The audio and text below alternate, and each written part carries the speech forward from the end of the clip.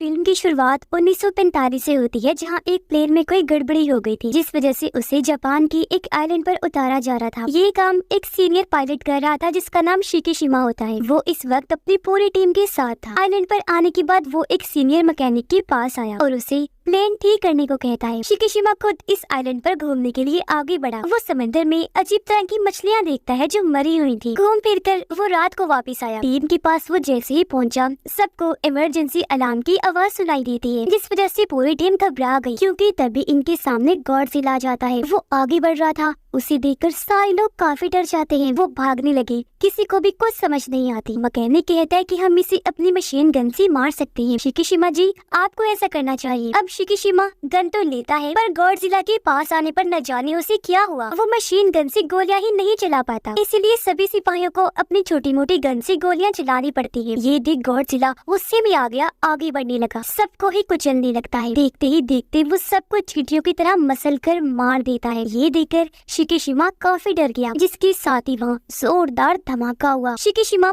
काफी दूर जाके गिरा, वहीं बेहोश हो जाता है और सबको मारने के बाद गॉडजिला जोरों से दहाड़ने लगता है। सुबह जाकर शिकीशिमा को होश आई। आगे बढ़ने पर उसने देखा कि मेरी पूरी टीम मारी गई है। हर तरफ उनकी लाशें पड़ी हुई थी। लाशों को मैकेनिक यहाँ एक साथ लाकर रख रहा था, क्योंकि गॉडजिला के हमले में वो किसी तरह बच गया था। शिकीशिमा के वहाँ आने पर मैकेनिक उस पे काफी भड़क गया। कहता है कि इन सब की मौत की जिम्मेदार तुम हो, तुमने गॉडजिला पर वार नहीं किया, इसीलिए सभी मारे गए। जो सुनकर वो काफी दुखी हो गया। कुछ टाइम के बाद शिकीशिमा को बाकी पायलट्स के साथ वापस टोक्यो भेज दिया जाता है। वो जब घर आया तो पता चला कि यहाँ बमबारी की वजह से सब कुछ तहस नहस हो गया है। सारे घर टूट फूट गए, यहाँ तक कि शिकीशिमा का घर भी पूरा बर्बाद हो चुका था। यहाँ उसकी पड़ोसन मिली, कहती है कि तुम बच गई हो। रोती हुई बोली, पर मेरा बेटा मारा गया। शिकीशिमा पूछता है, क्या मेरी मॉम डैड जिंदा है? वो कहती है कि नहीं, यहाँ सभी मारे गए हैं। दुखी होकर आगे बढ़ी, बार बार यही कहती रहती है कि हमारी किस्मत ही खराब है, जिसमें हमारे साथ ये सब हो गया। शिकीशिमा जब आगे बढ़ा तो पुलिस एक औरत के पीछे पड़ी हुई थी। उसने हाथ में बच्चा उठाया हुआ था। औरत जब भाग गई थी तो वो उसके सामने आ गया। तब औरत शिकीशिमा को वो बच्ची पकड़ाकर वहाँ से भाग जाती है। वो जब थोड़ा आगे बढ़ा तो वही औरत उसके पास आई।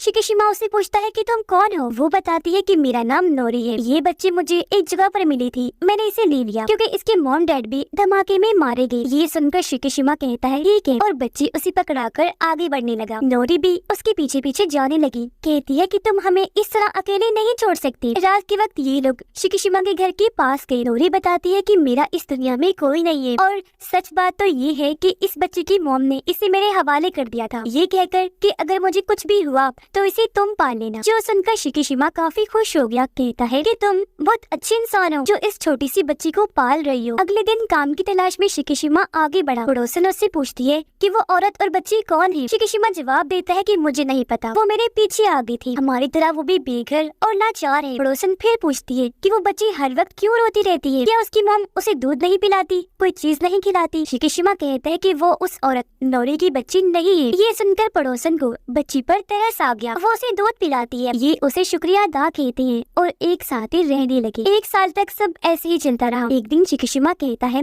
कि मुझे गवर्नमेंट की एक नौकरी का खत मिला है, जिसमें मैंने समंदर की गहराइयों में मिशन करने जाना है। दरअसल मेरा काम वहाँ बॉम्ब्स को ढूंढकर उन्हें खत्म करना है, जो माइंस खुदाई करके वहाँ लगाए गए हैं। वो दूसरी जंग के दौरान अमेरिका और जापान ने लगवाए थे वहाँ। नोरी कहती है मगर ये काम काफी खतरनाक लग रहा है। शिकीशिमा कहता है कि हाँ है तो खतरनाक, लेकिन इसके बदले हमें बहुत सारा पैसा मिलेगा, जिससे हम जिंदगी में आगे बढ़ सकते हैं, बहुत खुश रहेंगे, जो बच्ची के लिए बहुत जरूरी है। नोरी कहती है मगर मैं तुम्हें मरने नहीं देना चाहती। शिकीशिमा कहता है पर मुझे कुछ नहीं होगा, क्योंकि गवर्नमेंट हमें काफी अच्छे हथियार और कश्तियाँ दे रही है। पर अगले दिन शिकीशिमा जब काम पर गया तो उससे पता चला कि गवर्नमेंट ने इनके साथ बस झूठ बोला है, क्योंकि इन्हें बस आम से हथियार और कश्तियाँ दी जा रही। यहाँ शिकीशिमा की मुलाकात डॉक्टर से भी हुई, जो इस पूरे मिशन के हेड थी। डॉक्टर उसे भी कश्तियों के बारे में सारी बात समझा देता। डॉक्टर के लोग एक माइन बॉम्ब को ढूंढकर उस पर निशाना लगा रही थी। कई बार शूट करते ही, लेकिन उनका निशाना ठीक नहीं लग रहा था, हमेशा चूक जाता था। मगर जब शिकीशिमा निशाना लगाता है तो वो आसानी से ही माइन बॉम्ब को फोड़ देता है। जो जो देखकर डॉक्टर काफी खुश हो गया। रात को शिकीशिमा को वही सपना आया जिसमें गॉडजिला उसके साथियों को कुचलता हुआ आगे बढ़ने लगता है। ये भयानक सपना देखकर शिकीशिमा चौंक कर उठ जाता है। अपने साथियों की मौत पर काफी दुखी होने लगा। नोरी उसे पानी पिलाती है। शिकीशिमा बताता है कि मुझे ऐसे भयानक सपने आते रहते हैं, उम्मीद करता हूँ कि जल्द मैं ये सब भूल जाऊँ। वो काफी दुखी होने लगा। तब नोरी उसे संभालती है। अब एक आइलैंड पर न्यूक्लियर धमाका हुआ जो अमेरिका ने करवाया होता है। फिर ऐसे वक्त गुजरता गया जहाँ शिकीशिमा अपनी टीम के साथ और भी कई सारे बॉम्ब्स को तबाह कर देता है और हंसी खुशी नोरी और बच्ची के साथ रहने लगता है। ये लोग अपना घर भी बना लेते हैं जहाँ शिकीशिमा अपने पूरे टीम को लाया। नोरी सबके लिए खाना बनाती है। सब काफी खुश हुए। उन्होंने तारीफ की।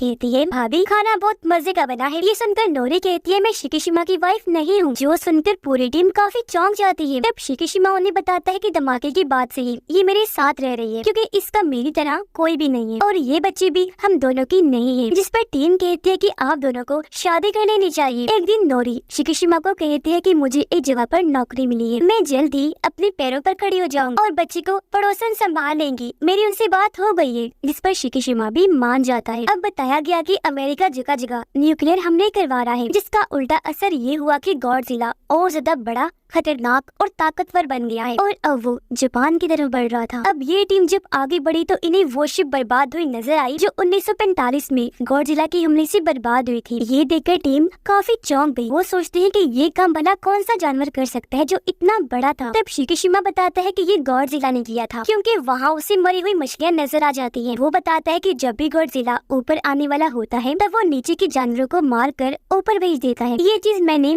एक आइलैंड पर देखी थी। अब अचानक कई सारी बड़ी मरी हुई मछलियाँ शिप के चारों तरफ फैल जाती हैं। जो देख शिकीशिमा काफी घबरा गया क्योंकि समझ गया था कि यहाँ पे गॉडजिला आ रहा है। वो डरते हुए कहता है कि हमें यहाँ से जल्द निकलना चाहिए। जिसके साथ ही गॉडजिला पानी से बाहर आ जाता है। वो इनकी शिप के पीछे लग गया था और ये लोग तेजी से आगे बढ़ रहे थे। शिकीशिमा और डॉक्टर एक काफी बड़ा बॉम्ब पानी में फेंकते हैं जो गॉडजिला से जा टकराता है। इन्होंने कई सारे धमाके किए पर गॉडजिला का जिस्म इतना मजबूत था कि इन धमाकों का उस पर कोई असर नहीं होता, बल्कि अब वो अपना मुंह भी बाहर निकाल कर आगे बढ़ने लगता है। ये लोग एक और बॉम्ब पानी में फेंकते हैं लेकिन बॉम्ब को फोड़ने वाली तारें कट हो जाती है। इसीलिए शिकीशिमा ऊपर आकर मशीन गन से गॉडजिला के मुंह में कई सारे शॉट्स करता है जिससे वहाँ धमाके होने लगे और गॉडजिला के मुंह का एक हिस्सा तबाह हो जाता है। लेकिन अचानक ही खुद ब खुद हील होकर ठीक हो जाता है और अब वो पूरा उठ खड़ा हुआ। इससे पहले शिप पर हमला करता तभी दूसरी साइड से जापान की आर्मी आकर अंधाधुंध गॉडजिला पर हमले करने लगती है जिससे वो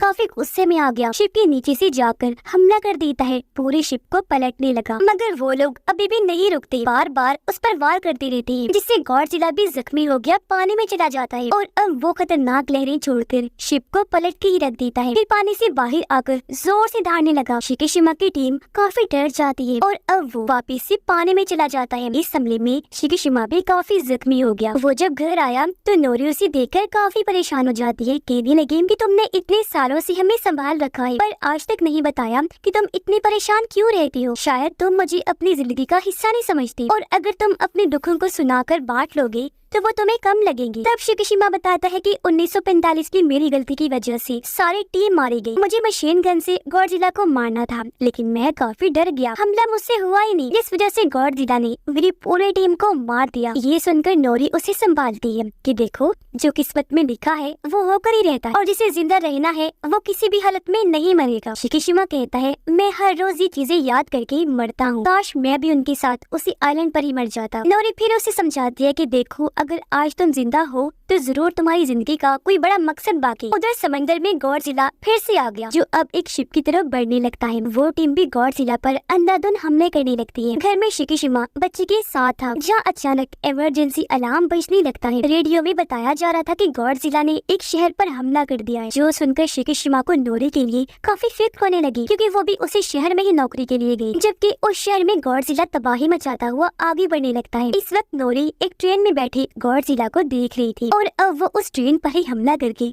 पूरी ट्रेन को ही उठा लेता है। वो नोरी वाले ट्रेन के डब्बे को मुंह में लेकर चबाने लगता है। नोरी काफी डर गई जो एक जगह लटकी हुई थी और अब वो अपनी जान बचाने के लिए पानी में कूद पड़ती है। यहाँ कुछ रिपोर्टर्स गॉडजिला की रिपोर्टिंग कर रही थी उसकी वीडियो बनाकर। उन्हें वो देख चुका था और अब गॉडजिला उनकी तरफ बढ़ने लगा, लेकिन वो फिर भी वहाँ से नहीं हटी। गॉडजिला वहाँ आकर मुक्के से उस पूरे टावर को तबाह कर देता है। वो टूट गया, जिससे सारे रिपोर्टर्स मारे जाते हैं। नोरी जब भाग रही थी तो यहाँ शिकीशिमा आ गया और अब ये दोनों सारे लोगों के साथ भागने लगते हैं। गॉडजिला भी उनके पीछे पीछे ही था, जहाँ आर्मी उस पर टैंक से हमले कर रही। उसे गुस्सा आ गया और अब गॉडजिला की पंख और पीठ से नीले रंग की रोशनी निकलने लगती है, जिसके साथ ही वो खतरनाक शुआएं लहरें बाहर निकालने लगता है। ऐसा होते ही वहाँ जोरदार कई सारे धमाके होने लगे, जो वहाँ के सभी लोगों और बिल्डिंग्स को अपनी लपेट में लेने लगे। शिकीशिमा को इससे बचाने के लिए नोरी उसे धक्का दे देती है और इस हमले की तबाही को अपने ऊपर ले लेती है। कुछ देर के बाद शिकीशिमा जब बाहर आया तो उसे नोरी समेत दूर दूर तक कोई भी दिखाई नहीं देता। हर चीज तबाह बर्बाद हो चुकी थी और अब नोरी की मौत की वजह से शिकीशिमा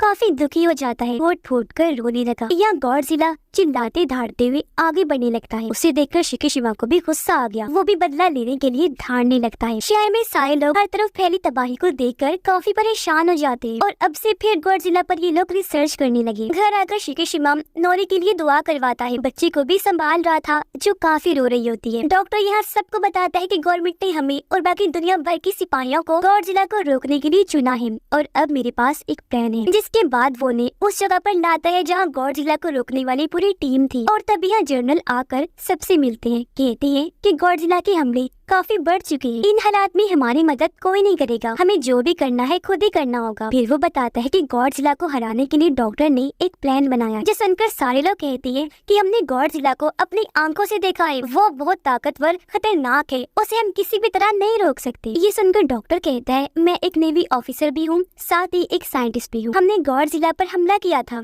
जिसमें हम कामयाब भी हुए थे। हमने उसका आधा चेहरा धमाके से उड़ा दिया था, लेकिन वो दोबारा हील होकर ठीक हो गया था। पर इस बार हमारे पास नया प्लान है। हम शिप्स के जरिए गॉडजिला के जिस्म के अलग अलग हिस्सों पर गैस के सिलेंडर लगा देंगे, फिर उसी की स्पीड से काफी तेजी से उसे समंदर की गहराइयों में फेंक दिया जाएगा। जिस समंदर में हम ये करने वाले हैं वो काफी गहरा है। गहराई में जाने की वजह से प्रेशर उसका जिस्म बर्दाश्त नहीं कर पाएगा, जिससे वो मर सकता है। ये सुनकर एक ऑफिसर पूछता है कि अगर उसे कुछ ना हुआ तो? इस पर डॉक्टर कहता है कि अगर कुछ ना हुआ तो फिर हमारे पास प्लान बी भी है। प्लान बी में गॉडजिला जब पानी की गहराई में होगा तब उसके जिस्म पर लगाए गए सिलेंडर्स पर बैलून्स गुब्बारे खुल जाएंगे, जिससे गॉडजिला जिस स्पीड से नीचे गया था उसी स्पीड से वापस ऊपर आने लगेगा। 2-3 बार बैलून्स के खुलने पर वो प्रेशर बर्दाश्त नहीं कर पाएगा और उसकी मौत हो जाएगी। ये सुनकर एक ऑफिसर पूछता है, सर आपको यकीन है कि इन हमलों से गॉडजिला मारा जाएगा? इस पर डॉक्टर कहते हैं कि शायद, लेकिन ये हमें करना ही पड़ेगा क्योंकि इसके अलावा हमारे पास और कोई रास्ता नहीं है। उसका साथ जर्नल भी देते हैं कि गॉडजिला पहले ही काफी कुछ तबाह कर चुका है, अब हमें उसे रोकने के लिए ये जरूर करना चाहिए, जिसके लिए वहाँ के सारे ऑफिसर्स मान जाते हैं। शिकीशिमा अपनी पूरी टीम के पास आया। डॉक्टर उन्हें कहता है कि गॉडजिला को समंदर में सही जगह पर लाने के लिए हमें एक प्लेन को तैयार करना है जो हथियारों से भरा हो, और अब मुझे एक बेहतरीन मैकेनिक की जरूरत है जो ऐसा प्लेन तैयार कर दे। ये सुनकर शिकीशिमा कहता है कि ये काम मेरा दोस्त मैकेनिक कर सकता है,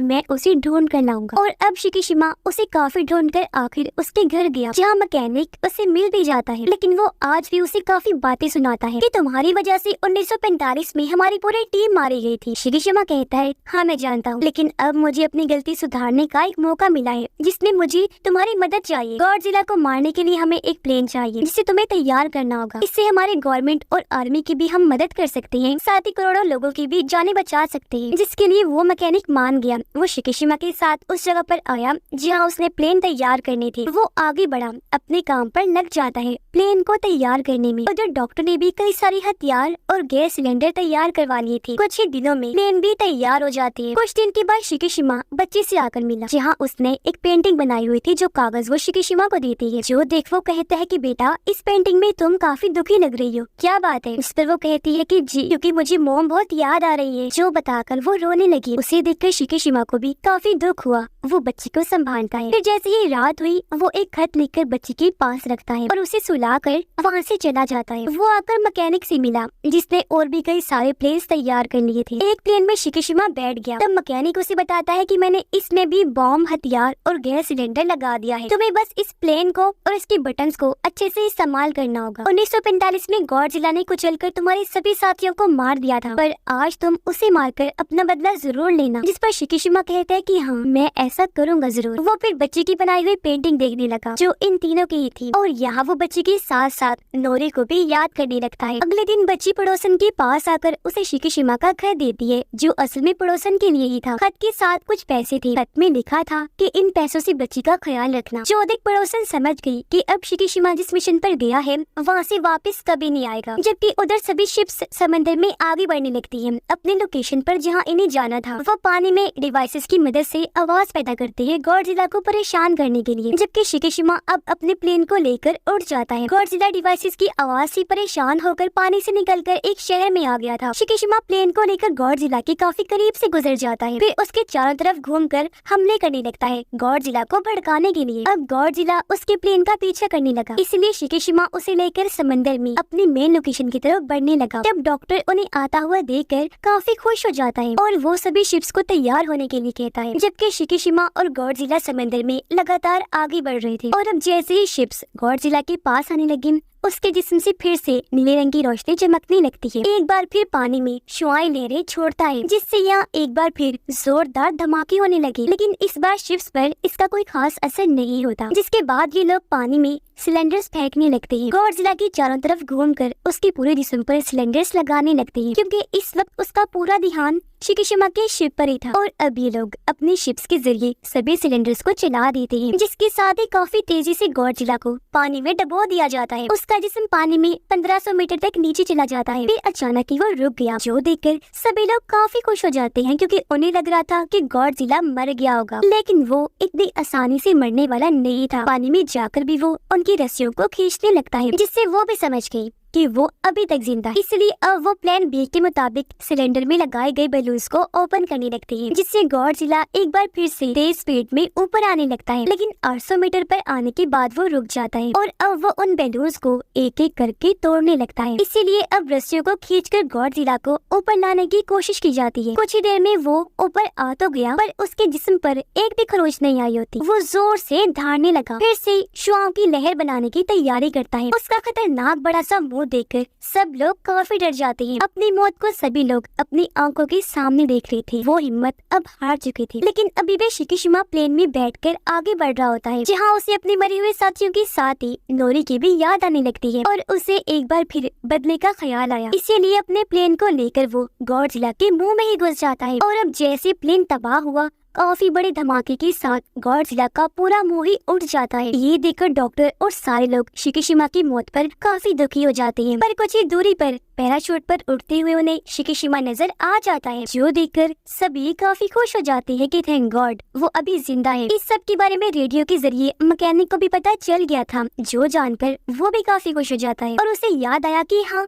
मैंने शिकीशिमा को बताया था कि इस प्लेन में पैराशूट भी है। उसे इस बात से काफी खुशी हुई कि उसने अपनी जहानत से इस मिशन को कामयाब बना लिया, क्योंकि पैराशूट से उड़ते हुए शिकीशिमा देखता है कि गॉडजिला का बिना मुंह का जिस्म नीली रोशनी छोड़ते हुए कई सारे टुकड़ों में बढ़ जाता है और वो सारे टुकड़े पानी में जा गिरते हैं और इस तरह गॉडजिला का खात्मा हो जाता है। सभी लोग शिकीशिमा की बहादुरी पर काफी खुश हुए, उसे इज्जत के तौर पर सल्यूट करते हैं। और अब यह मिशन के पूरा होते ही ये लोग वापस बेस पर आए, जहाँ भी सारे लोग काफी खुश थे। यहाँ मैकेनिक शिकीशिमा से मिलकर उसे गले से लगा लेता है, कहने लगा कि शुक्र है आखिरकार अपनी बहादुरी से तुमने ये कर ही लिया। यहाँ उसे मिलने पड़ोसन और बच्चे भी आए। पड़ोसन उसे एक खत देती है, जो पढ़कर शिकीशिमा काफी हैरान भी हुआ, साथ ही काफी खुश भी हो जाता है, क्योंकि ये खत नोरी का था, जो भी जिंदा थी और घर में इनका इंतजार कर रही थी। ये लोग घर आकर नोरी से मिलते हैं, जो हमले में किसी तरह बच गई थी पर काफी जख्मी थी। ये तीनों एक दूसरे से मिलकर बहुत खुश हो जाते हैं। नोरी उससे पूछती है, क्या तुम्हारी जंग खत्म हो गई? जिस पर वो मुस्कुरा कर कहता है कि हाँ, और मैं कामयाब रहा। इस पर तीनों मिलकर काफी खुश हो जाते हैं और अब एक फैमिली की तरह रहने का फैसला करते हैं। लेकिन एक बुरी खबर समंदर की गहराई में दिखाया गया कि गॉडजिला के जिस्म के टुकड़े फिर से रीजनरेट हो रहे हैं, यानी फिर से ठीक होकर आपस में मिल रहे थे, जो हो सकता है कि पूरा गॉडजिला फिर से बना ले, जो बात बहुत खतरे वाली थी। और इसी के साथ ही इस फिल्म की कहानी यहीं पर खत्म हो जाती।